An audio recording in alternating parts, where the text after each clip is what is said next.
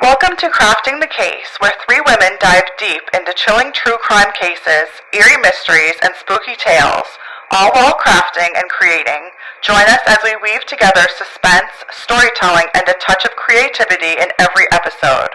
Find us on your favorite social media platforms and wherever you get your podcasts.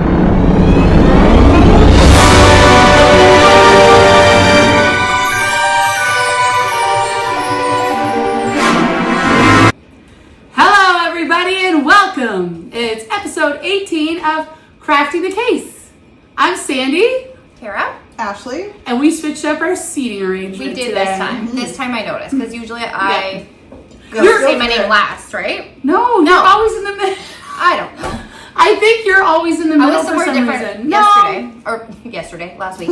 I'm usually where Ashley is, so I feel kind of out of ever sorts. sat here. It's nice. Yeah, it's nice. You're kind of in my living room, and I'm in the kitchen. Yeah. You know, so we're in different spots.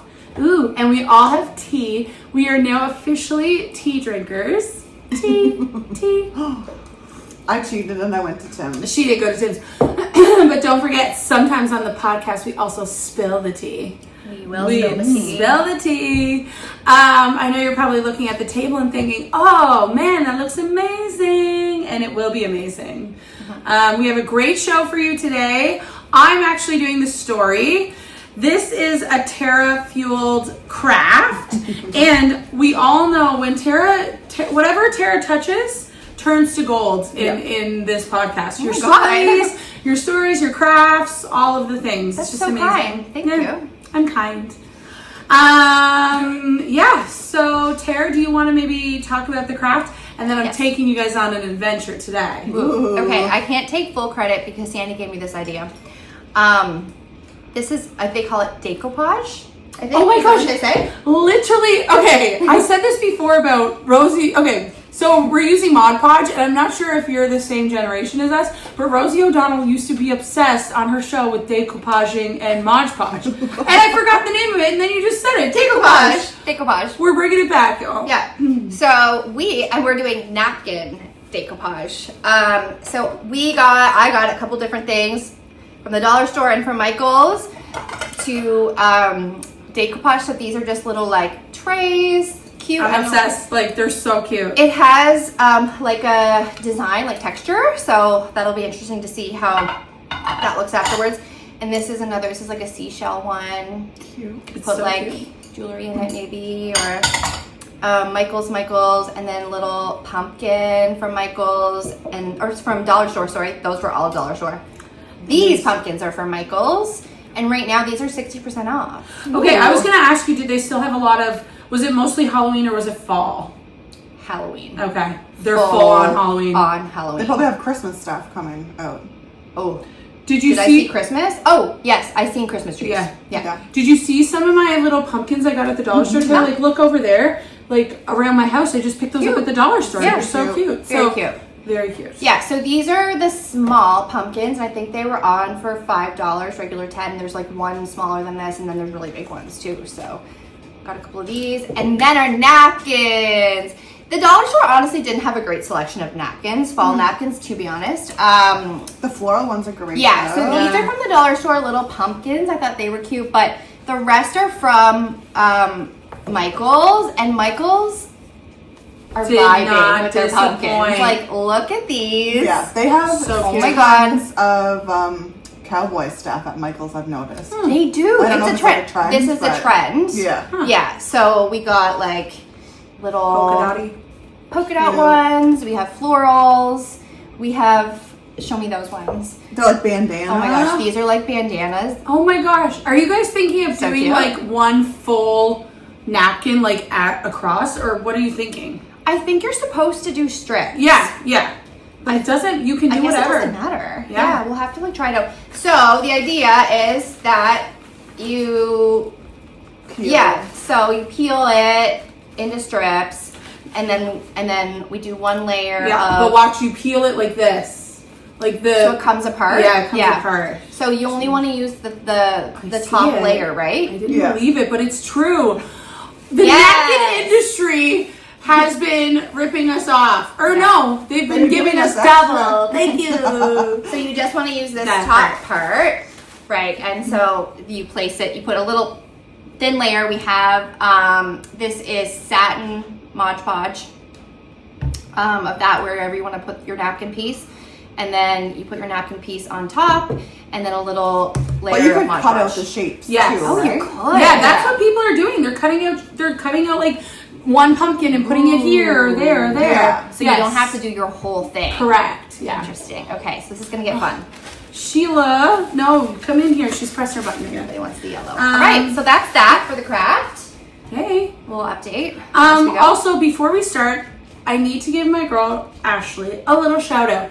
Your TikTok has been blowing up. Like you, just the your cracking face one? no, your regular. personal feed. Your I videos know. are out of control. They're so know. good. Thank good. you. I'm just cruising my FYP and I'm getting some Ashley. Well, because once you like interact with I it, that's know, the I algorithm, know. right? It's just like on and on and on. Yeah. But Yeah. if you guys haven't checked it out, it's so good. You put so much work into your I stuff. do. Thank you. It's my favorite little hobby. It's so you deserve it to be your like employment. My job. Yeah, You know what I mean? okay, I know. this is a You great deserve that. segue. Yes. Plug your Plug your Oh yeah, thing. if you just search Ashley Drake, it's on there. It's yeah. super nice and easy. And it's so good. The videos are amazing. They're so well Thank you. researched. Yes. very well done. Even like your videos that you do for crafting the cakes I know. too are like so good. That's my favorite thing.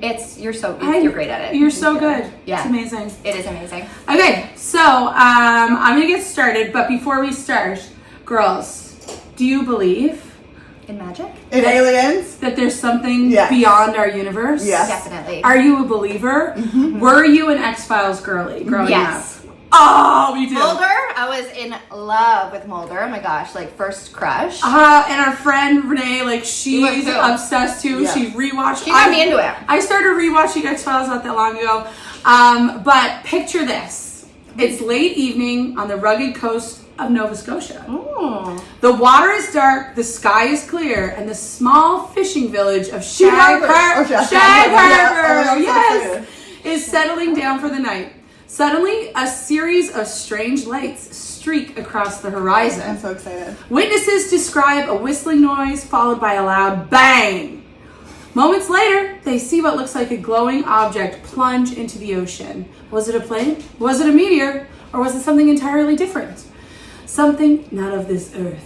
Ooh. So I'm taking a sharp left turn tonight. Love it. And we are going to talk about five different stories of UFO sightings, not only in Ooh. Canada, but even in Europe. And Ooh. I'm not doing the classic ones like the Roswell, knows, yeah. Yeah. Area 51 or whatever. Right. Although I was obsessed with Roswell. Did you ever watch that show? No. I watched a bit of it. It's so And good. did you guys watch the new Area 51 documentary? Like how that how like the public stormed Area 51? Oh, And how yeah. that got started? Like it was just a random yes. guy being like, this would be a funny joke. Yes. No way. I Yeah. remember that now that you say that. Yeah. I will say, just to hijack it, that you can go to the site in Yes. Nova Scotia, the Shag Harbour. I've done that a couple times. Oh, Pretty no much, way. they have like a little sign that says like site of the, was it 1978? It was early. No, Yeah. early, like 67. 67. Yeah, okay, something like that. Yeah. And then they have a Crazy. like a thing you can walk through and you can see like it's just the ocean, right? So But they cool. also have a museum there. Oh. And it's very cute. Lots of little, cute alien things. But I think it's only open in the summer. Okay. I Yeah. love that this little town is capitalizing on being like, look at this ocean. They that have may or may not have had a UFO. Shag Harbour UFO festival every summer. Oh, that's great. And I've always wanted to go to that. We are but I haven't going. Okay, so been- how yeah. far away is this from us? It's just on the way to like Yarmouth. It's very far. Oh, It's okay. almost at the other end of the province. Oh. Yes, like But yeah. southern, south shore. So we for really sure. have yeah. to plan. Like it couldn't be a day trip. Could be a day trip, Okay. but It we could be if can you did that and then just turn around. turn right around. No, I don't like driving that much. You will not. Yeah. That Yeah. We're not can't get catching me you there. doing that. No. Well, Cars I'm take going to 8 talk hours. I'll talk about that one first. Okay. But just ChatGPT and I worked really hard this afternoon. So UFOs have captivated people for generations. They've sparked wonder, fear, and even some government investigations. So I'm going to talk about the UFO incident in Shag Harbour, and apparently it's Canada's best known UFO mystery. So let's get comfortable, let's get Modgin Podgin. And my first incident is going to be the Shag Harbour incident. Incident, not instance. So we're starting close to home tonight, of course, the South Shore of Nova Scotia. The night of October 4th, 1967 in Shag Harbour, Nova Scotia. This is a tiny fishing village on the southern coast of the province. At the time, listen to this, it had fewer than 500 people living there. It was quiet and a place where everybody knew everyone else. On this particular night, though, Shag Harbour would become the epicenter of one of the most credible UFO cases in history. So multiple people across the area reported seeing unusual lights in the sky. 4 in total, glowing bright and amber colored. One of the witnesses, Laurie Wickens, was driving with his friends when they spotted the lights. At first, he thought it might be a plane in distress. After all, the movement wasn't erratic, it was steady, but then the lights suddenly tilted, dropped, and seemed to crash into the ocean near Shag Harbour. Okay, wait, I want to know, have you guys ever witnessed anything like that before or thought you have? I thought I did, and do you know what it actually was? Uh-oh. It was Elon Musk's Starlink. Because if you don't know what that looks like and you see it, it's alarming. It's like it's like 5, I don't know how many lights in like a line, and it's like it's being pulled. It's very strange. I never heard of that before. So do my your separation. We all have like intense my nails fake are too nails, and so like everything we're like struggling. I think mine are the sharpest. Yours are. We are in different shapes for sure. Is Sheila laying down somewhere? I don't know where she went, but hopefully she's okay. Joe's gonna rip it. Well, yeah, that's what I tried to do too, and it didn't work out. But there she is. Witnesses described hearing a whoosh and then a loud bang as the lights disappeared into dark waters. Almost instantly, a large, bright light seemed to linger just under the surface, like something glowing beneath the waves. Weird. So this is kind of where the story becomes compelling. Laurie Wickens and his friends didn't just keep this to themselves, so they immediately drove direct to the RCMP station and reported what they saw. So it wasn't just like town gossip, it was an actual official report they made. The Mounties took it seriously also, which is great. And soon officers, Coast Guard members, and even local fishermen rushed to the scene. Search boats fanned out across the harbor, and for hours they scanned the water expecting to find the wreckage. Maybe it could have been just the remains of even a small aircraft. But here's the twist, they found nothing. No debris, no oil slick, no evidence of a crash. Just the memory of those lights and the strange glow beneath the surface. The RCMP and the Coast Guard continued their investigation over the following day. They even had divers were brought in to search the seabed, and they still found nothing. No wreckage, no drowned plane, nothing to explain what so many people had witnessed that night. So it's different if you're one person going and making this report, like I saw this, it was multiple people, a car full of friends that had witnessed it, and it'd also be different if it was like, let's get together and make up this big thing, but it was like an actual report. I'm just going to pause it really quickly because Sheila might need to pee. And we're back. Just an update, she peed. Okay, Sheila. Oh, she's such a pain. I think we love it. She wants more attention. So skeptics might say, could it have been a meteor? Could it have been some kind of misidentified aircraft? Possibly. But the catch is, multiple trained observers, including police officers and Coast Guard and personnel, described seeing the lights behaving in ways that meteors don't. And do meteors light up? Right? No. Unless they're like, oh wait, they might burn going through the atmosphere and like create some sort of reaction. If you're a meteor expert, would you just email me at crackingthecase@gmail.com and just let me know? Is there like a series of steady lights that come from meteors? I haven't seen one. No, I've probably seen one, you know. You definitely have. Yeah. A meteor streaks fast across the sky. It doesn't hover, it doesn't change angles, and it certainly doesn't glow underwater for minutes at a time. The Canadian government officially classified the Shag Harbour incident as a UFO sighting. And remember, UFO doesn't necessarily mean aliens. It just means unidentified. Unfortunately. Unfortunately for us. But the fact remains that an official agency used the term that makes this case stand out. It's very cool. Over the years, researchers and UFOologists have revisited Shag Harbour again and again. Some theories suggest it might have been a secret military craft. Others insist it was something extraterrestrial. But no explanation has ever been confirmed. I said exclamation. We know, we looked at the camera when you said it. You broke the fourth Because wall. it's always you. I know. I'm always like, ugh. Whenever we get an opportunity. I know. Like Peggy's husband always says like charcuterie. Like he does it just to get me going. Yeah. Or what does he say? Like what's the spicy sausage called again? Oh, anyway, Chorizo? he says yeah. Oh, he's the way he says it. Oh, it drives me nuts. Anyway, so others insist it was something extraterrestrial, but no explanation has ever been confirmed. To this day, the case is considered one of the best documented UFO events in history because it involved credible witnesses, government involvement, and an unexplained physical event. It wasn't, so one cool part about this is like, Ashley, you've been down there a couple times.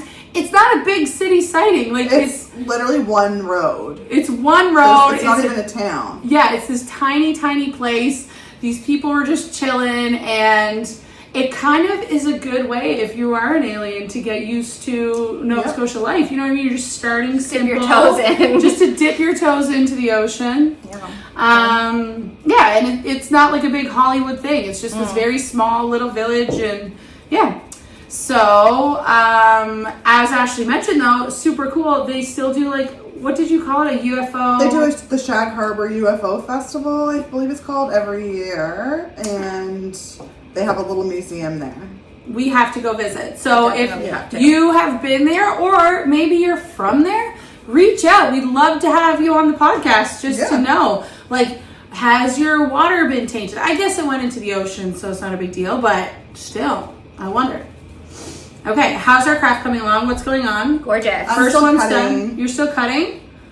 Tara, I really like these napkins are stunning. So nice. Obsessed with these napkins. Stunning. They're really cute. Michael's. Sponsor us. Okay, so the second UFO incident I'm going to talk about is called the Rendlesham Forest incident. I still actually don't have much of a voice, so I'm sorry for our listeners. I know that's what you come here for, is to hear my really gorgeous voice. I'm really sorry. But, okay, so next we're going to jump across the Atlantic to the United Kingdom. One of the most famous UFO cases in British history. Ooh! Was that a sign from a UFO? It's often called Britain's Roswell, the Rendlesham Forest incident, and I'm saying that totally, completely wrong. You guys know that. This one, it's December 1980, so the Cold War is in full effect. The United States Air Force has a presence in Suffolk, England. I don't know how to do those words. I think that's right. Okay. Near Rendlesham Forest, there are 2 Royal Air Force bases being used by the U.S. military. RAF Woodbridge and RAF Bentwaters. These are not casual airfields, so they're rumored to have housed nuclear weapons. It's a high security, high tension environment. So sometimes I wonder about that with some UFO sightings, because like the government doesn't need to tell everybody about everything that they do. Yeah. Right. That like maybe. But they should, because I want to know. They should, and we pay taxes, and like that's what we elect them for. But I get it that they do it for our security as well, but I should be involved. Just me, not these two. Like, choose me as your spy. But anyway, I think because this incident took place really close to 2 U.S. air bases with some shady stuff going on, it can be a little bit tricky. So on the night of December 26th, a group of U.S. Air Force personnel saw strange lights descending into the nearby forest. At first, some thought it might be a downed aircraft. Well, of course, there's aircrafts all over there, I'm sure. 3 men went into the woods to investigate. What they reported seeing, well, ChatGPT says, chilling. Ooh, chat. They described a glowing metallic object on the forest floor. It was triangular, about 2 to 3 meters across, with strange markings on its surface and colored lights glowing at the edges.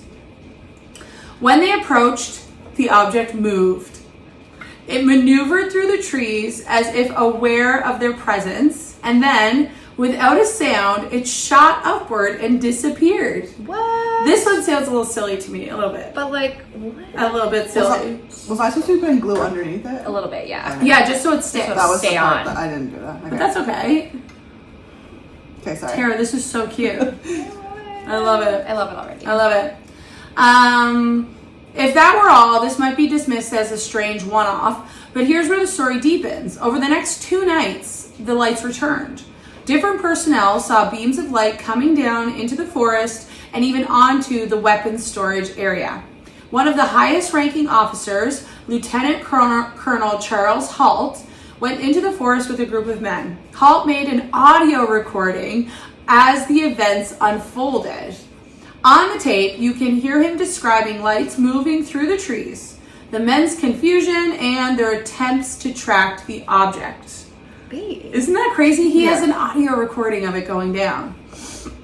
So this is one of the only UFO cases where we have real-time audio evidence of military officers describing what they're seeing as it happens. Investigations followed. Some skeptics argued that the lights were from a nearby lighthouse, Oxford Ness, which could have flashed through the trees. Others suggested meteors or stars, but many of the men involved swore that what they saw wasn't a lighthouse. These were trained military personnel familiar with the area, and they stood by their reports. And they would also, like, they're military dudes, and yeah, they were able to decipher between, especially if they were like flying airplanes, like right. They would know. They were like, that triangular thing isn't an airplane here. Yeah, maybe, I guess. I would think. I think they wouldn't be allowed to say. Oh, but why would they make the reports then? You know what I mean? Maybe they weren't high enough classified. They have to report it. I don't know. Fair. The Rendlesham case remains one of the most compelling UFO encounters because it involved dozens of credible witnesses, multiple nights of activity, and even a senior officer's official memo to the Ministry of Defense. That memo, known as the Halt Memo, is still preserved in the UK National Archives. Whether it was a misidentified lighthouse or a craft from another world, Rendlesham has become a legend. And unlike many UFO sightings that happened in remote areas or to a single individual, this one happened in the shadow of the Cold War military bases, under the watch of armed guards and among people trained to observe carefully. So that's what makes this incident so fascinating, and it blends mystery with military and still sparks heated debate more than 40 years later. I am really hoping we get somebody who is like full on in this stuff emailing me. You know what I mean? Yeah. Like, there are people out there that know so much so much about it. Yeah. I like one of our really good friends, she can't even think about space. Like, it's too much. It's too much. Like, it's too all-encompassing. You know what I mean? And it is. But I also forgot to mention at the top of this episode, I chose to do this because a listener suggested it.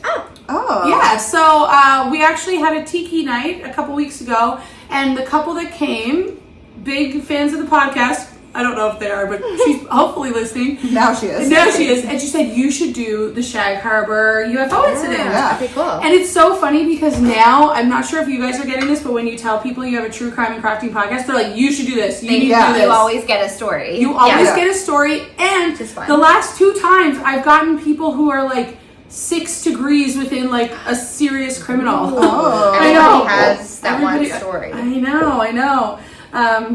Yeah, so that's really cool. So thank you to our listener. She knows who she is. Thank you. Thank you, listener. So this is the third one I'm going to talk about.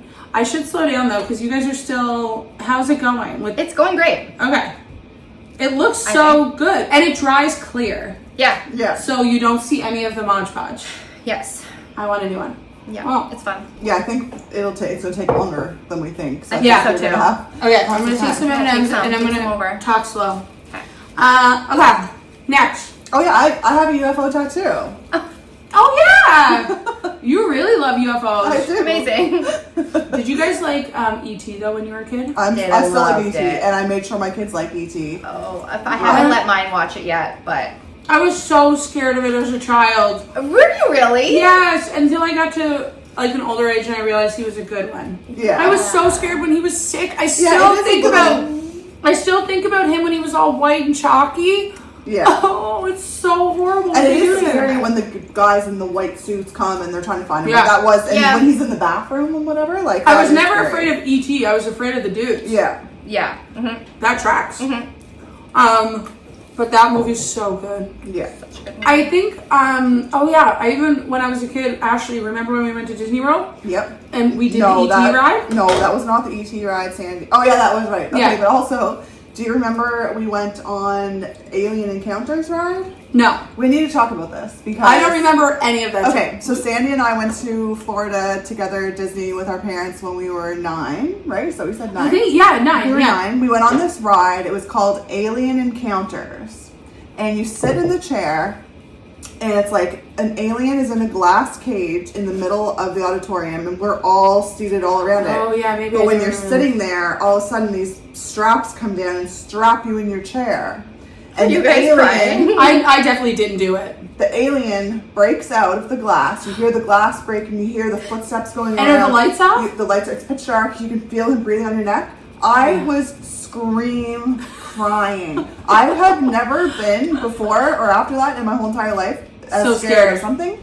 And since then, they've changed it because it was too scary. Yeah. So Oh my now God. they have the ride, but it's like Lilo and Stitch. Yes. And it's Stitch breaking out Oh. because it's traumatized. So you were one of the The traumatized children. And one of the initially traumatized children. I thought you were on it. I think now I'm getting flashbacks of the breathing part. It was that doesn't horrendous. sound like me though, because when I went to Disney with Ashley when we were 9, I went again with just my mom and dad when I was 12. I was holding my mom's purse while they went on rides. Yeah. Like I never went on rides. But this wasn't a ride. It Right. was like It was an It was like an experience. So then, like your seats yes, didn't move. I went a couple years ago and they do it for A Bug's Life too, and they like zap your butt. Yes. And one of the little girls that came with us freaked the F out. Like Yeah. she couldn't hang. But Ashley, I do kind of remember that now. It was traumatic. Like it was. I remember the fear all these years later and how Yeah. scary it was. Like just. Imagine being Disney, how cheap that ride would be. Like you just turn off all I the know. lights and play an audio recording and like, you know what I mean? yeah. They were Interesting. probably gassed that they had to take it away because it was too scary. It was so easy. They had to like change out the seat pads because little kids were going number ones Yeah. in the seats. Oh, I would have went number 2 probably. I could see though your dad like dying Dying, laughing at loving you, it, and your laughing. mom trying to be like, Yeah. stop the I'll ride. have to get their what they remember on it. Do you 'Cause it remember was much about that so- trip? I remember our matching cat suits. cat Yep. I suits. feel like I remember a lot, but it's because there's pictures. Yeah, I remember the house we stayed in was amazing. Yeah. And the pool, and then there was a spider. Do you remember the spider? No. In the bathroom? No. It was a big spider. It was a long time ago. It was almost 30 years ago. Oh my god! that was Oh, 30 years Yikers ago. Island. We need a redo. Yeah. I love Disney. I'm a Disney adult. I'm a Disney too. adult Yeah. as well, but I'm also someone who does not get on rides. Oh. Now I do. I can't get on rides. So the last 2 times I went, I went like 3 years ago with a big group of people, and I was like, yeah, I'll do the rides this time, but I'm not doing any upside downies, just side to sideys. Okay. Right? So like I Hagrid's ride. could maybe hang with that. Yeah, I just did side to sideys. Okay. And then last year I was gone to a conference in Orlando, and so Deb and I just did 2 days. And one of them it was a Christmas event. It was called Jollywood Nights at Hollywood Studios. It was awesome. Aw. You it's a special ticket, and you can basically walk on all the rides.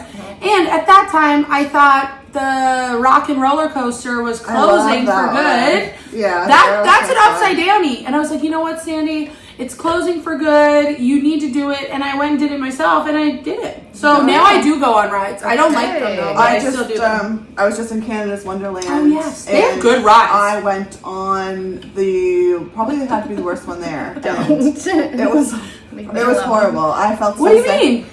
Immediately as soon as it took off, it just goes so fast and so many like loops and I just felt sick. Yeah, and then for like 2 hours, I was just It ruined you. concentrating We're, on like, not puking. Like too I old for that. Yeah. I just couldn't do it. I felt so Ruined you. horrible. Yeah. Yeah. Sometimes like those old ones will like shake your bones too, and I'm like, it just hurt my back. So can't risk it. Can't. Can't risk a back injury. Anyway, a little sidebar nation, Yes, but a good one. And if you are watching and you are Disney, let us know if your head's in a freezer and if you want us to come and record a live episode at one of the parks. I think that'd be fabulous. Oh my god. That would be such a great idea. Please. But I actually really want to go to either Disney Paris or Disney Tokyo. Yeah. A girl that I work with just got back from Japan, and she went to Disney Tokyo, and she said it was amazing. Oh yeah. And the Harry Potter world is even better over there. Yeah. Yeah. I feel like everything's probably better. I know. She said the food was awesome, and she brought me back some hair care. Oh my Ooh. god. I know. Okay. Segment number 3. Strap in. Et bonjour et bienvenue en France. Ah, Oui, je parle français aussi. This is the Trans-en-Provence case. So I'm taking you to southern France. I love the south of France, okay? If you want me to come to the south of France and record an episode, please let me know. I've been to Lyon and Monaco and Nice. I love it. I did do some gambling when I was in Monaco. It was very fancy and very lovely. Ooh, okay. So this case stands apart from many UFO sightings because it left behind something more than eyewitness testimony. And you know what else? As I was prepping for this, which isn't a ton of prep because I need to do better. You girls are doing way more prep than me. But That's great. Yeah. I also was really pleased that I could find places that weren't just all in the States. You know what I mean? Like, yeah, I feel yes. like a lot of the well-known UFO sightings are all in the United States. Yeah. And, like, it's good to know that UFO sightings are a world, Other places. you know, Yeah. it's all over the world. Yeah. It transcends boundaries. Time and space. Yes, exactly. Which realistically it would have to because Yeah. because If it's space really out there. is not confined to countries. Exactly. Yeah. If you were an alien, You're not first gonna of be all, like, "Oh, can't leave the border." why the F would you land in certain places, okay? But I mean, there's probably more wackos in the States. Like, Yeah. well, Tara, wait, I didn't say that. We have some Let's listeners. just go back We have some and listeners in the States. Take that out. But you know Sorry. what? But I think there are more people that are super maybe Crazy? Yes. into And that's actually just wanting to see UFOs. That's just stats because there's more people in the States. Yeah. It's a highly populated country, right? So of course you're gonna have some strange people. And hopefully you're listening to our podcast, okay? And we're strange. We are very strange. Tell us what crimes you did, Tell us what crimes you did. because we know you've done them. We might Yeah. get immunity from our own crimes if we trade I always up. like to have someone else's crime in my back In pocket. pocket. Like just You in never case. know when You never you're know. gonna need immunity, okay? When you're like, yes, I did that, Yes, but, but let me give I'm you gonna something level better. up. This is the I'm Cape Bretoning this French so bad. Trans-en-Provence case. And some researchers call it one of the best documented UFO encounters in history, along with the other ones that we talked about. It's January 8th, 1981. Oh, 2 days after my birthday. Yes, that's right. In the small rural town of Trans-en-Provence. And I'm curious about where this is because have you guys read The Nightingale yet? No.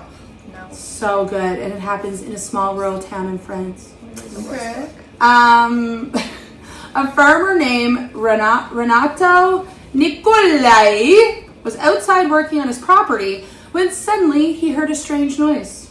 A sort of faint whistling or a hissing sound. Looking up, he saw a saucer-shaped object descending rapidly into a field nearby. Okay, now you guys have to say saucer-shaped object 3 times in a row. Go. Saucer-shaped object. Saucer-shaped object. Saucer-shaped object. Whatever. You guys. Yeah. What do we win? You win the rest of the story being told by me. Let's see. So the object was small, maybe 2 meters across. So for those of our listeners in the United States, 2 meters is a different measurement than you now. We go by a different metric system. So does France. France and us go by the same.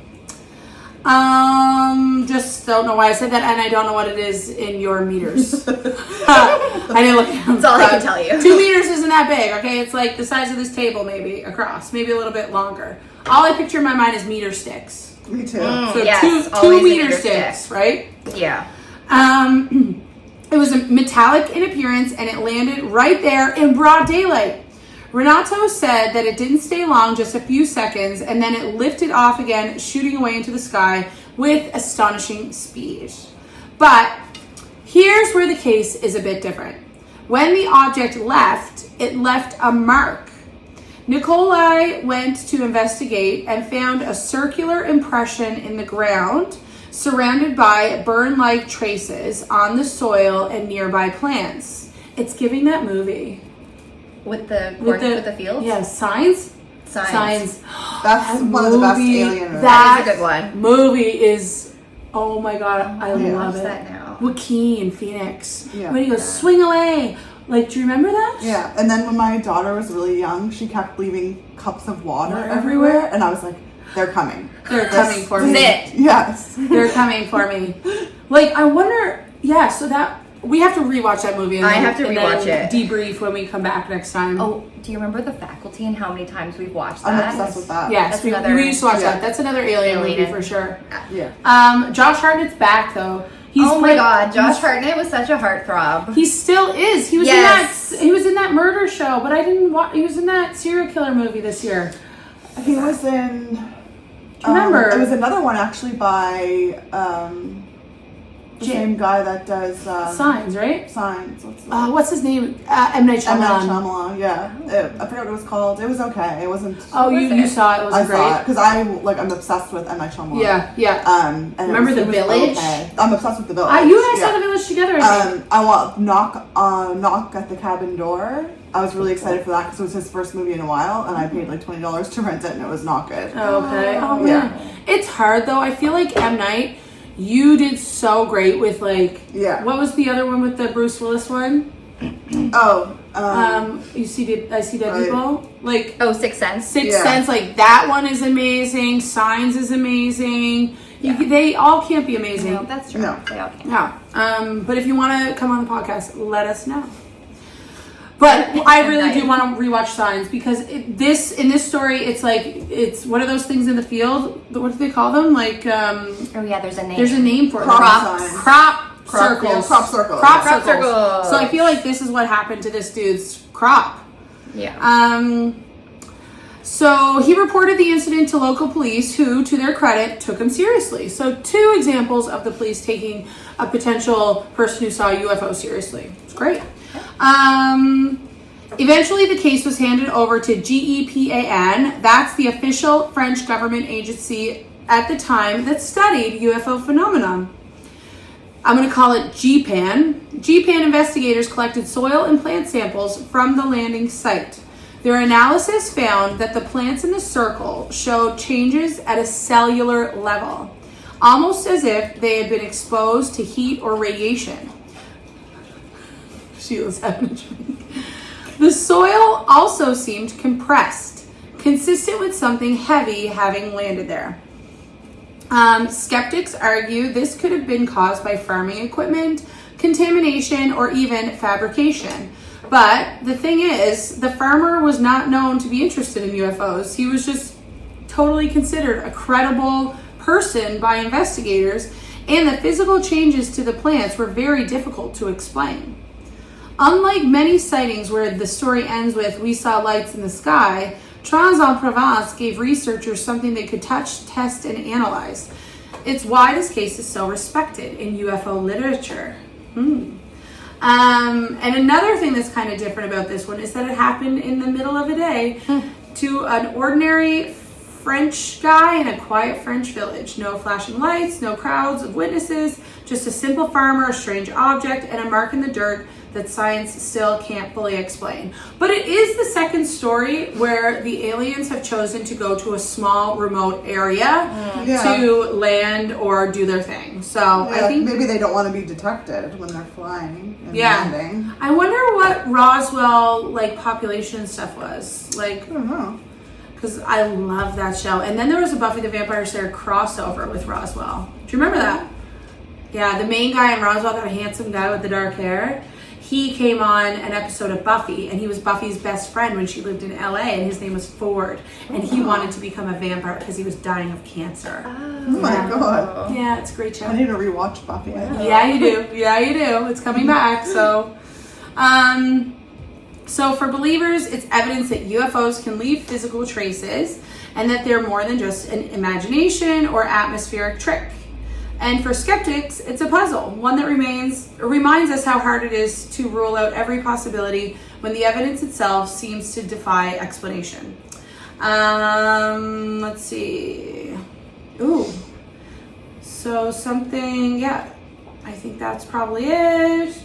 And to this day, the Trans-en-Provence case remains one of the rare UFO stories with government-led investigation and laboratory results that suggest something truly unusual touched down on the French farm in 1981. Okay, I have 2 UFO sightings left.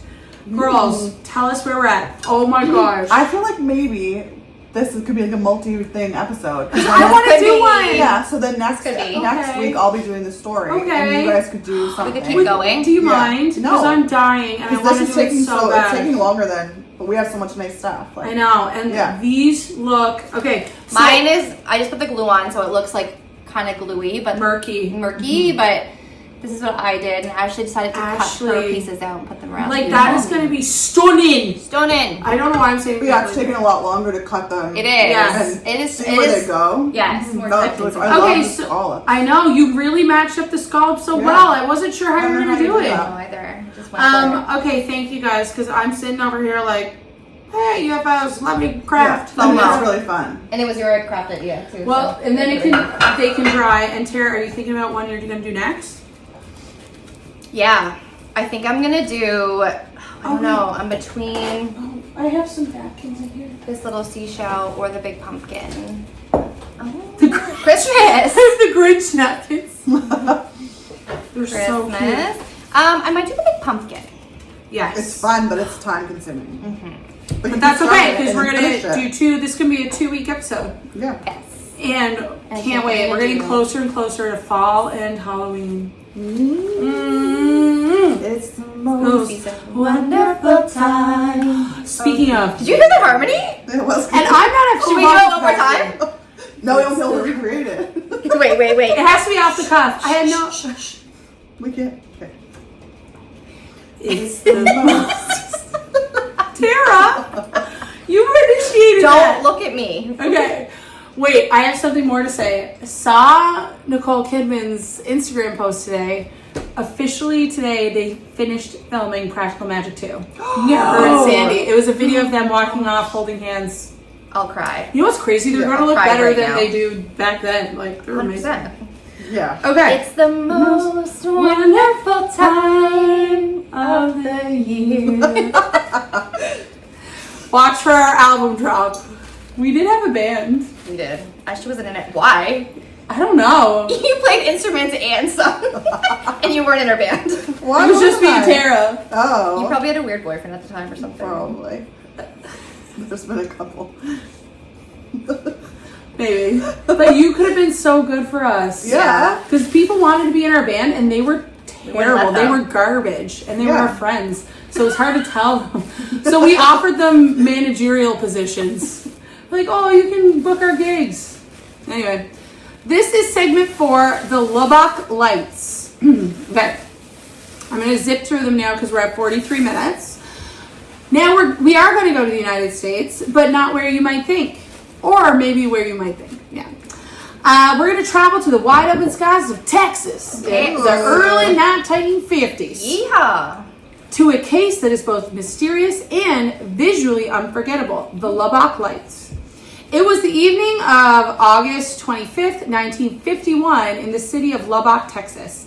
A group of college professors from Texas Tech University were sitting outside one night enjoying the warm air when suddenly they looked up and saw something extraordinary. High above them, crossing silently across the dark Texas sky, were dozens of bluish-white lights. They weren't scattered randomly, they were organized. The lights moved together in a formation like a giant flying wing made of glowing orbs. The professors were stunned. These weren't men prone to exaggeration. These were scientists, men trained to observe, and they were convinced that what they saw was real. The lights didn't just appear once. Over the next few weeks, dozens of residents of Lubbock reported seeing the same phenomenon. Bright lights, moving in formation, silently gliding over the city. Some describe the formation as V-shaped, almost like geese flying across the night sky, only faster and eerier. Okay, this is giving me another flashback to a movie. What? The Mothman Prophecies. I remember going to the theater to see that with you. I'm obsessed with that movie and so the good. idea that a Mothman exists. Yep. Because in that movie, it talks about how the whole city was experiencing these weird instances of stuff. Did you know that there's a Mothman festival in the town where that happened? Oh my god. We need to did know go that. there. If I don't go there before I die, Yeah. my life is not worth anything to We should anybody. go there. We should look into when that is, and we should just go on a flight and go. And Richard Gere, if you're listening to this, you're amazing. Yeah. Call me. Like, we need to go to that. Imagine if we rolled up with Richard Gere to the Mothman Festival. Anywhere with Richard Gere, really. Or even Deborah Messing, that chick with the brain cancer at the beginning. Yep. Like, that would be awesome. Yeah, she was a great actress in that. She was so good. I cried at the beginning. I'm like, what have I gotten myself into? That movie. But I remember being so scared on the drive home because when we went to the theater, we had to drive home like a creepy way. Yes. It was like a 25 minute Yeah, drive. yeah. And we were scared. It was Oh my Mothman gosh. was scary. When movies leave you with that feeling, Yeah. it's a good movie, you Yeah. know? But this is reminding me of the Lubbock story because many people throughout the whole city experienced some sort of phenomenon over a number of weeks. Same as in Mothman. Hi, Sheila. The sightings drew so much attention that newspapers began reporting on them. People would gather outside at night just hoping to catch a glimpse of the strange aerial display. And then came another twist, photographs. A Texas Tech student named Carl Hart Jr. managed to snap several black and white photos of the lights streaking across the sky. And these photos were published and became some of the most famous UFO images at the time. So hopefully I'll be able to get them on our socials. But I think it's those, like, you know, there's really well-known photos of, like, just the dots in the sky. I think it's that one. The United States Air Force took notice and launched an investigation through Project Blue Book, which was their official program for studying UFO reports. Investigators couldn't come up with a solid explanation. They considered natural phenomena like birds reflecting streetlights or temperature inversions in the atmosphere, but nothing fully matched the consistency and the behavior of the lights. Skeptics still argue that the sightings could have been flocks of birds catching reflections, but even if that were true, how do you explain the repeated reports over multiple nights from multiple credible witnesses, and of course the pictures? So this case remains one of the early UFO cases that captured national attention. Again, this happened in 1951 in the U.S., and what makes it so powerful is a combination of factors. All of these stories really have kind of these factors. It's like observers who are all credible people, more than one person, multiple sightings, and this one particular photographic evidence, and a government investigation that never reached a clear conclusion. Or did it? If you know, please email us, craftingthecase@gmail.com. What are they not telling us? What are they not tell us? I would like to ask that question. Do you guys believe that the government does know if there's life outside of our planet and they're keeping it from us? 100%. I don't know. Why would they tell us? That would create, like, chaos, yeah. Yeah. But what would we do? What, like, would we storm the Capitol? We don't have Capitol, by the way. I mean, we have government buildings, but, like, you know what I mean? Would you just, like, oh, yes, now we find out today? I think it would just create so much fear for people that, like, even getting up and going to work tomorrow would, I'd have this, like, veil of fear on my shoulders. You know what I Yeah. mean? Then you just Yeah. walk around unsure of everything in your life. Yeah, they couldn't Yeah. tell us. But do you think that they know something? Yeah. I think they know tons of stuff. Yeah. And they're not telling us to protect For us. safety. Maybe. Maybe. Work as their Or control, power and control. Oh, yeah, all of that. All of, oh sugar, I can't touch my ear. All of those things. Oh my, that dog, okay? I'm gonna get her own radio talk show because she could press so many flipping buttons. Okay, this is our last one and then we'll get into the after show. Our final stop takes us to the Scottish Highlands in the summer of 1990. I really want to go to Scotland. Me and too. I really Me want too. to go to the Highlands. Me too. I started reading that book, remember? Outlander? Yeah, so I really want to visit, like, and get sucked back in time. Yeah. That would I be do a too. dream With come Jamie. true. Yeah, with him and, like, no penicillin, you know, just, like, a simpler time. Riding Yeah. dirty. A simpler time. Yeah. This case revolves around witnesses, but also another photograph and one of the most famous and most controversial UFO images ever taken. So it was August 4th, the day before our friend's birthday, near the village of Calvine in Perthshire, England.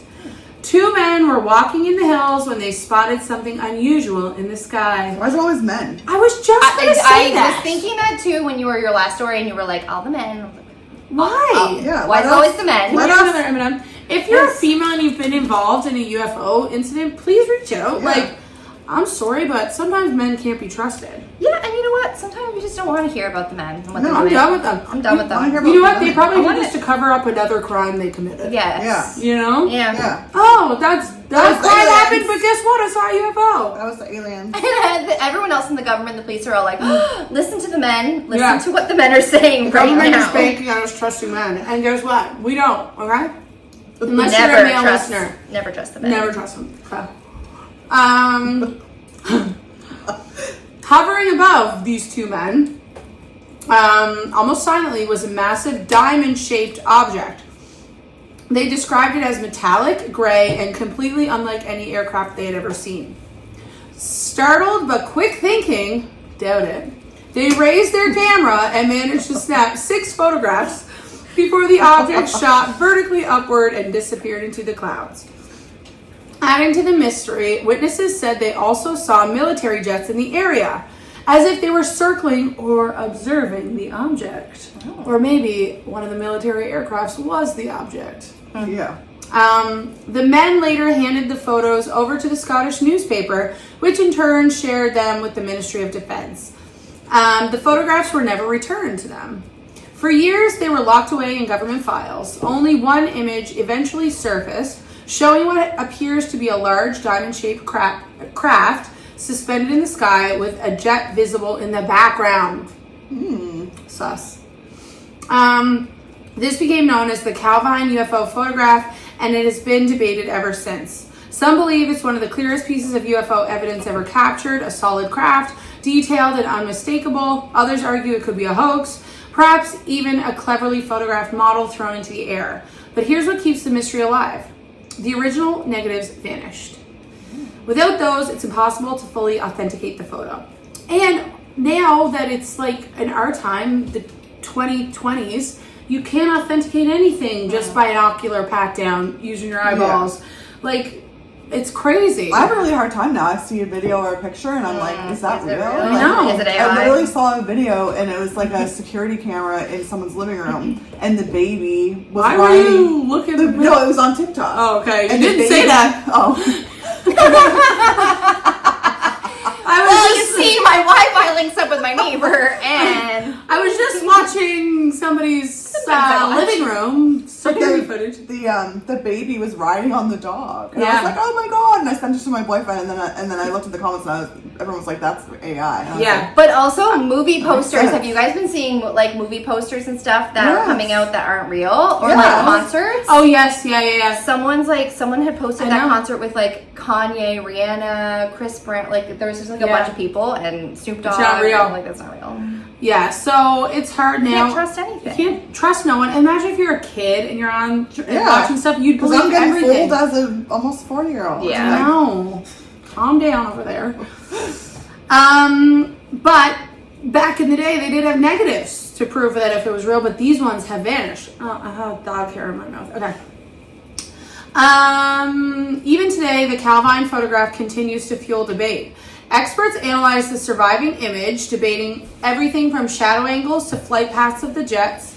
Skeptics insist it's staged. Believers hold it up as one of the most compelling UFO images ever taken.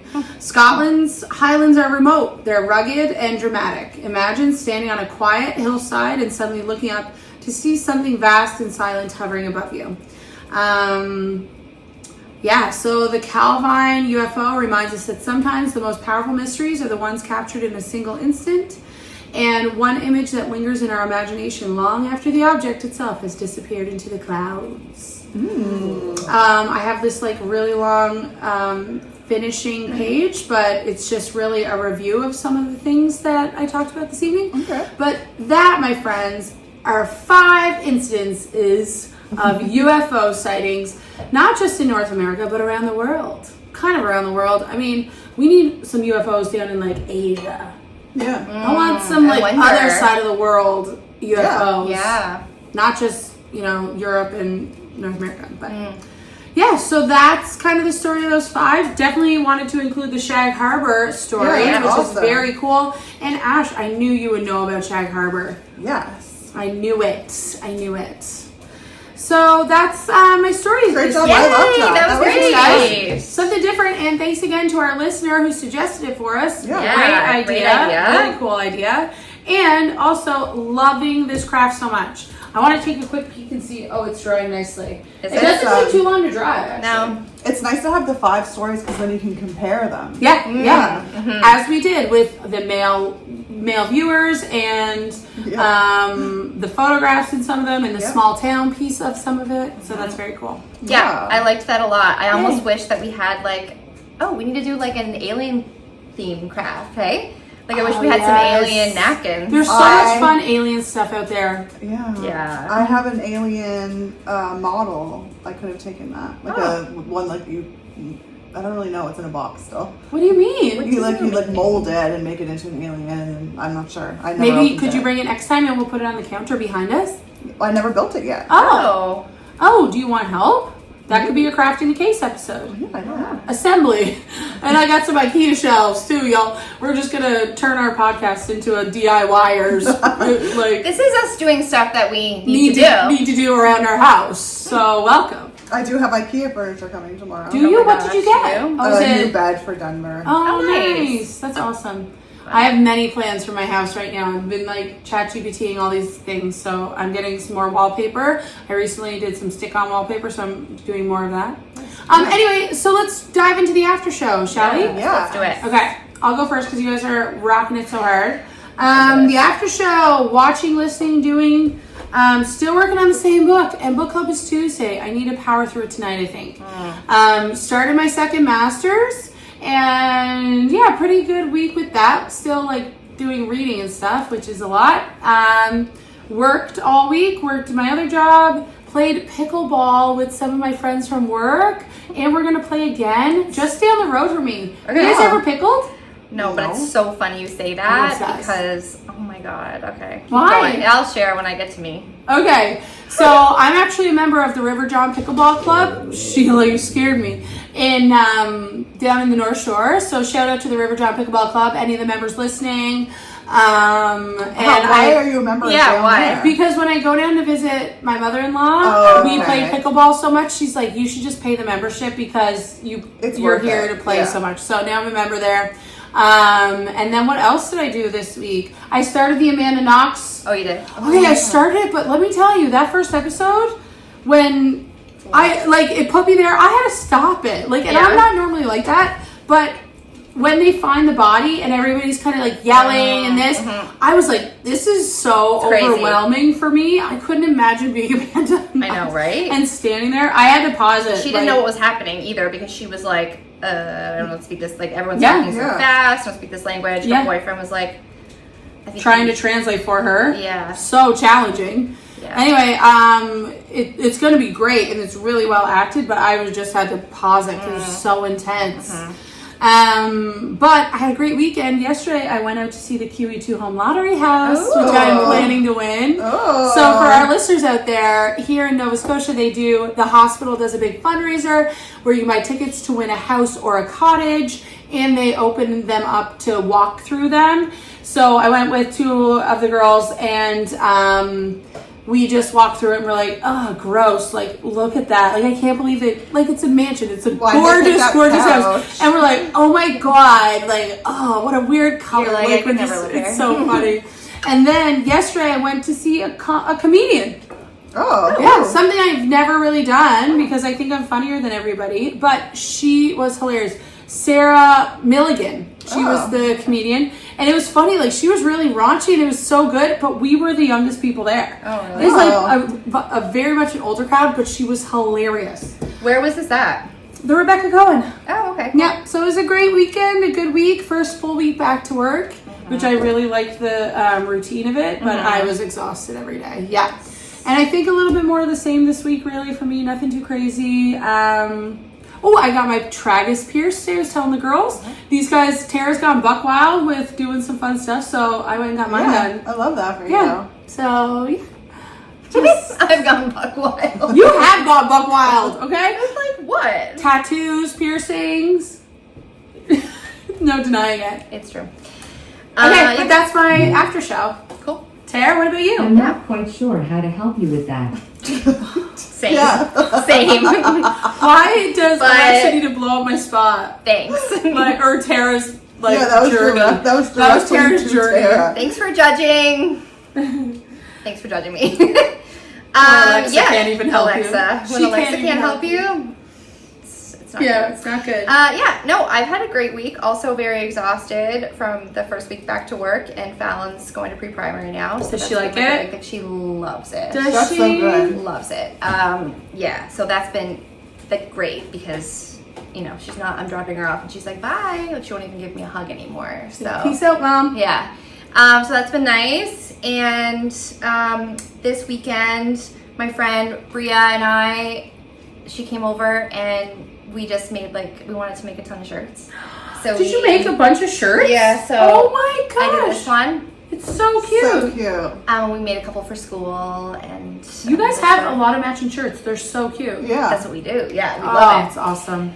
So that was super fun. As for pickleball, okay, so Get pickled. yeah, I was asked to play pickleball, and I was like, oh yeah, like that sounds fun. I'll do that. And then I went on to Facebook, just to look at where some pickleball courts would be near me. And I found myself in a Facebook forum for pickleball. Yeah, I love it. Okay, no, but people are intense. Yeah. People were ranting and complaining. Yeah, about other people showing up and not doing not knowing the etiquette of pickleball That sucks. What is pickleball etiquette? Well, there's a lot of it. But you I know don't what? think I know what pickleball is. So then that gave me extreme anxiety, and I was get like, that. I don't want to do this anymore. I don't want to. Yeah. And so I didn't. Oh no! I just bought some new paddles. Come and play with me. It's right down the street from here. Okay. Tara, you need a better experience. People at my club are not like that at all. They are not, unless you're in a higher ranking. Then you rank yourself. Oh no, Tara. But I also don't want to play with people I don't know. Is that a thing you have to do? Yeah. I don't. If you're in a club, so we just played with 6 girls from work. Oh no. Okay. Oh, Ash, a decoupage accident. Okay, that just happened to me too. It's because it's sticking to the bottom. The mats. Well, come with me and play. Come with the girls and play because it's really fun. Okay. Although Devin's mom broke both her legs at the same time when she was playing pickleball. What? Yeah. What? And she had to live here for 7 weeks, and it was awesome because I love her so much. Both. How? She really she was able to function. What did she do? Just dove for a ball, broke her leg, and then the other one had a fracture too. Both of her legs. Break both her legs. She did. She had a fracture, but was able to walk on one, so really just had a boot on one. Oh dear. Mhm. Okay. Well, I might have to rethink pickleball. I love pickleball. Anywho, Yeah, so that, I do have to face my fears, I think, and like So much fun. play. Mhm. And then yesterday, my cousin asked me to go see Kobo Queen, which is playing now through September 21st. I think is the last day. Yes, we All need to Day get to Landing. it. Yeah. A man that grew up in our hometown wrote and directed this play called Kobo Queen. Go see it. Oh my god, it's so funny. If you are from New Waterford, you know anyone from New Waterford, like it just perfectly depicts like our childhood. Yeah. Because I was a Kobold queen. You were a Kobold queen. I Well, Oh no, we were Kobold princesses. Princesses. Do you remember who the Kobold Queen was that year? No. Doyle. No, she was grade 9 queen. Emily Burgess. That's right. We talked about it the other day because we were talking about the play. Yeah. Yeah. So it's Richie Wilcox wrote and directed Kobold Queen, and it's so stinking good. Yay. It's like very inclusive, and the storyline has an LGBTQ note to it, and it's just like it's so good. It's so funny. The actors are great. The music. So if you're watching that as someone not from New Waterford, would you have any idea what's going on? Yeah, because I don't want to tell too much, but Yeah. like the main character is learning all about Kobold, which we have in our Perfect. town. Okay. And Right. yeah. So even listeners won't know what the Kobold is. Yeah. It's a high school men's basketball tournament in our hometown. It's a week long, and when we were kids, I don't even know if they can still do this, but teams are traveling from all across Canada. It was huge. It was huge. Our whole town shuts down for it. It's been on the go for more than 50 years. And every year they do a pageant. Yeah. And there's Kobold princesses, and then there's a Kobold queen. It's very old school when we think about it. Very old school. And Tara and I were princesses. We were princesses. Yeah, and there you you- play basketball. Yeah, I was on the girls' team. So Crushing it. it's amazing. Yes, if you don't know New Waterford or what Kobold is, like you'll learn. You'll still and like the play. it's so Yeah, funny. That's perfect. Yeah. Awesome. So you Yay. should take Tyson Wait, can I- because Yeah. I'm gonna take Kevin. yeah. Can I show them this? Oh yeah. So I brought the program. It's funny because Oh my god, it has the autograph. I know you love get that. when you go to Kobold, you get a book like this. Oh my And you can God. get autographs. I never did. Did you guys ask players for autographs? I think when I was a kid, Yeah, when I was Yeah. when I was Yeah, like in when I was a elementary kid. school, Yeah. So kids go around with the booklets and ask all the players for autographs, and the players think they're like, So cool. yeah. It's awesome. Oh my gosh, it looks like the Kobold write-ups. That's so funny. So it's funny because Richie's brother lives in my neighborhood back there. Oh, awesome. Yeah, Okay. And Richie, I grew up like one street Yes. over from Richie. basically on the same street. Yeah. Yeah. Oh my gosh, this is gonna be awesome. I It's can't really wait. good. And if you are from New Waterford, I feel like, there are like certain people who are affiliated with the Kobold. Yeah. And obviously like the names and stuff have been changed, but you can tell you're like, oh my gosh, I think that's like this So person or sad, like this yeah. teacher. Like, yeah, it's really funny. I really So good. highly recommend that everyone go see it. We laughed the entire time. Okay. 2.5 hours. It didn't Yeah. feel like that. Like it was over, and me and my cousin were like, oh, I wish like there was more, you know? Oh my gosh, what's the date today? I want to go this week because I'm away next weekend. Yeah, and it's done the 21st. Oh. Yeah. So look, okay, here it is. Wednesday, September 17th. I hope I get tickets online. Yeah, you can get tickets online. Oh, I'm working Wednesday. Okay, anyway, I'll figure it out. I gotta see it.